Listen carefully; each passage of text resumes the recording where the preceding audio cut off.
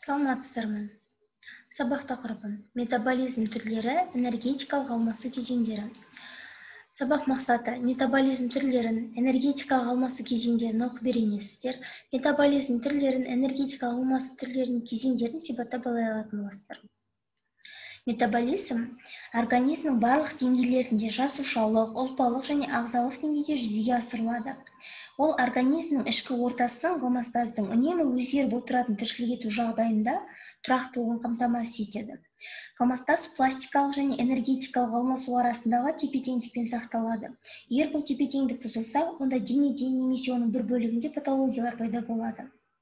Зат және энергия алмасу өмірдің негізі болып табылады және тіршілік критерийлеріне жатады. Зат алмасу нәтижесінде ағзаға қажет заттар түзіледі және энергия бөлінеді. Ағза мен сыртқы орта арасында әрқашан зат және энергия алмасу үздіксіз жүріп отырады. Күрделі қоректік заттар ас қорыту мүшелерінде қорытылып, құрылысы жай заттарға айналған соң, ащы ішектен қанға және лимфаға өтеді. Қан және лимфа ағыны арқылы ұлпаларға жеткізіледі. Әр мүшенің жасушалары өзіне тән және өсіп өнуіне қажетті қарапайым заттарды түзеді. Қоректік заттардың ыдырауынан пайда болған энергияны жасушалар әртүрлі физиологиялық үрдістер үшін жұмсайды.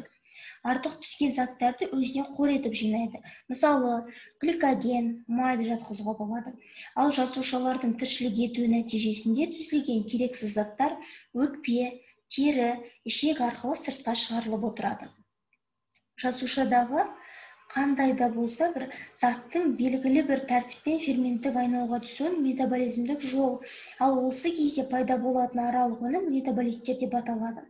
Зат алмасу өзара тығыз байланысқан екі қарама-қарсы құбылыстан тұрады.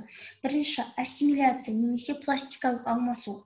Екінші диссимиляция немесе энергетикалық алмасу.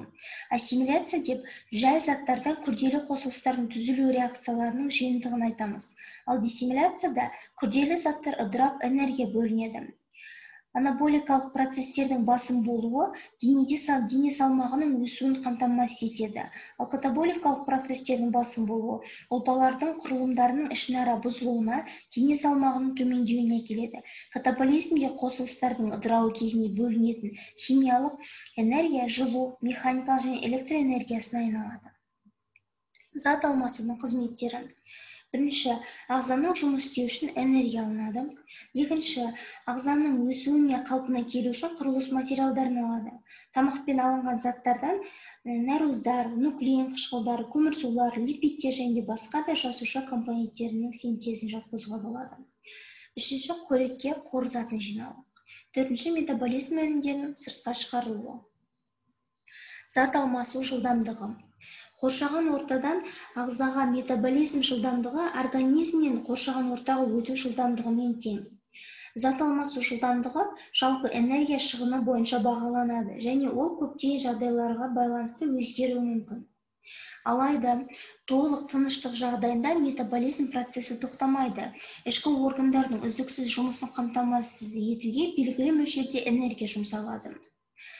Және де мысалға, ер адамдарда зат және энергия алмасу тәулігіне 1300-1600 килокалорияны құрайды, ал әйелдерде 1500-1400 килокалорияны құрайды. Зат алмасу жылдамдығына әсер ететін факторлар. Бірінші, физикалық белсенділік. Қарқынды физикалық жүктеме кезінде энергия шығыны орташа энергия шығындарымен салыстырғанда 10 есе, ал өте қысқа мерзімде 100 есе өсуі мүмкін. Мысалға, қысқа қашықтықта жүзуді алсақ. Екінші, адам жасы. Яғни 5 жастан бастап метаболизмнің базальды жылдамдығы тұрақты түрде төмендейді. Үшінші, ол температура. Дене температурасының 1 градусқа көтерілуі метаболизм жылдамдығын 13%-ға жоғарылатады. Қоршаған ортаның температурасының төмендеген кезде де метаболизм қарқындылығының жоғарылауы байқалады. Бұл дене температурасын тұрақты ұстап тұру қажеттілігімен байланысты бейімделу процесі болып табылады. Энергетикалық алмасу кезеңдері. Катаболизм, диссимиляция шартты түрде 3 кезеңге бөлінеді. Бірінші кезең. Бірінші кезеңде ірі молекулалар айырылып ұсақ молекулаларға бөлінеді. Мысалы, полисахаридтер гексозаға, пентозаға, майлар май қышқылына, глицеролға, ақуыздар амин қышқылдарына ыдырайды. Ыдыраудың мұндай процесі ас қорыту жолында іске асады. Екінші кезең. Екінші кезеңде бұрын түзілген ұсақ молекулалар жасушаға енеді де цитоплазмада әрі қарай ыдырайды. Қанттар және амин қышқылдарының бір бөлігі пируватқа айналады да, ол митохондриядағы да енеде тотығып ацетил А коферментіне айналады.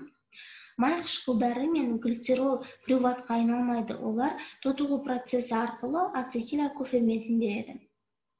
Үшінші кезең. Үшінші қорытынды кезең митохондрияда өтеді. Бұл кезде қоректік заттардың энергиясы босап шығады. Мұнда ацетил А коферменті түгелдей тотығып, СО2 мен H2O-ға айналады. АТФ бос энергиясы гидролизден кейін пайдалы жұмыс атқаруға қолданылады. Кәдімгі жасушаның ішінде 1 миллиард шамасында АТФ молекуласы болады. Органикалық заттардың ыдырау барысында түзілген энергияның 55% потенциалды энергия түрінде сақталады.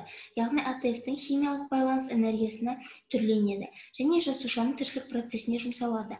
Қалған 45% жылу энергиясы түрінде пайдаланылады. Назар аударғандарыңызға рахмет.